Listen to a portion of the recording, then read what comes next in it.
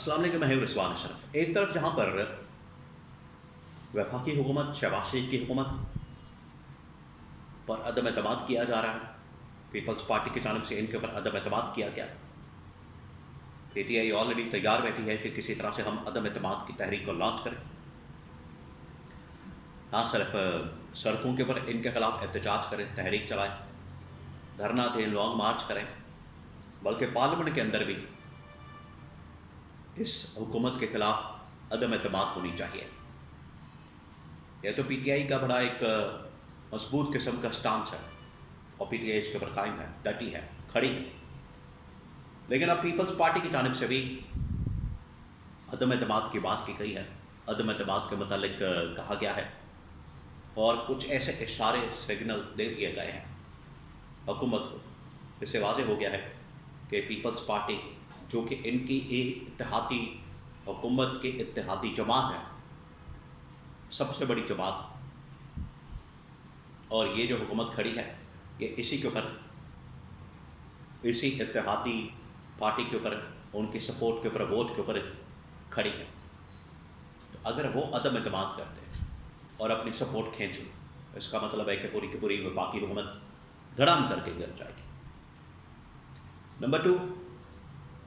اب پنجاب حکومت کے اوپر بھی عدم اعتماد کر دیا گیا ہے، اور یہ پنجاب حکومت کے متعلق جو کہا جا رہا تھا کہ یہ بڑی ون پیج ہے، اسٹیبلشمنٹ اس سے بڑی خوش ہے، اسٹیبلشمنٹ اس سے بڑی ہیپی ہے، اور ان کی کارکردگی سے، ان کی پرفارمنس سے، پتہ نہیں کون سی کارکردگی، کون سی پرفارمنس، اللہ ہی بہتر جانتا ہے، لیکن اب اس کے اوپر بھی عدم اعتماد کر دیا گیا۔ اور یہ جو ان کا ون پیج تھا اسٹیبلشمنٹ کے ساتھ، پنجاب گورنمنٹ کا بھی اور شہباز شریف کا بھی، دیکھیے ایک طرف تو شہباز شریف، اس کے اوپر عدم اعتماد،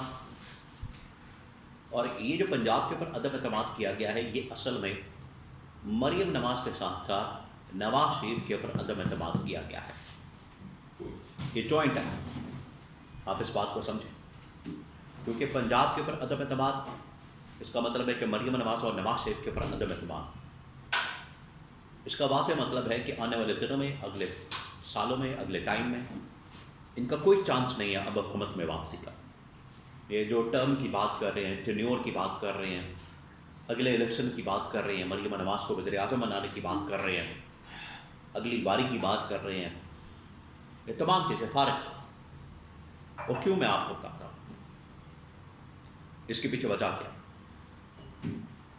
تو اسی سے شروع کرتے ہیں پنجاب گورنمنٹ سے، اور پنجاب گورنمنٹ کے اوپر جو عدم اعتماد کیا گیا۔ پنجاب گورنمنٹ کے بارے میں جو کہا جا رہا تھا کہ پنجاب گورنمنٹ کے ساتھ ان کی بڑی یس ہے، اور پنجاب گورنمنٹ کے ساتھ یہ بڑی سیٹنگ ہے، پنجاب گورنمنٹ کے ساتھ ون پیج ہے، اور اسٹیبلشمنٹ بڑی خوش ہے پنجاب گورنمنٹ کی کارکردگی سے، پرفارمنس ہے، اس کا گچا چھٹا کھل گیا۔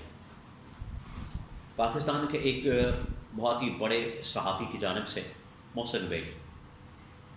جن کو باقاعدہ طور پر لگتا ہے کہ لانچ کیا گیا، یا پیغام دینے کے لیے ان کو بٹھایا گیا، انٹرویو کروایا گیا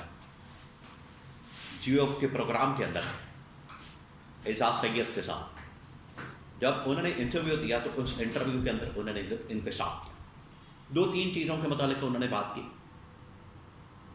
پاکستان کے اندر، خاص طور پر پنجاب کے اندر گورننس کے متعلق، ماورائے عدالت، قتل عام کے متعلق، اور پولیس مقابلوں کے متعلق، یہاں پر کس طریقے سے پچھلے دنوں لوگوں کو مارا گیا، جس میں تیفی باٹے وغیرہ بھی شامل ہیں، ان کے متعلق بات کی گئی، سی سی ڈی، ان کی گورننس، پولیس کا نظام، عدالتی نظام، ان کے گورننس کا نظام کھل کھلا کر محسن بیگ نے بات کی، اور انہوں نے کہا کہ اسٹیبلشمنٹ کا اعتماد اب پنجاب گورنمنٹ کے اوپر نہیں ہے، اور پنجاب گورنمنٹ کے اوپر سے اعتماد اٹھ گیا ہے، اور اسٹیبلشمنٹ اب ان کے ساتھ نہیں ہے، اور مریم نواز کی کارکردگی، پرفارمنس، اس حکومت کی شدید ترین تحفظات کا اظہار کیا گیا ہے،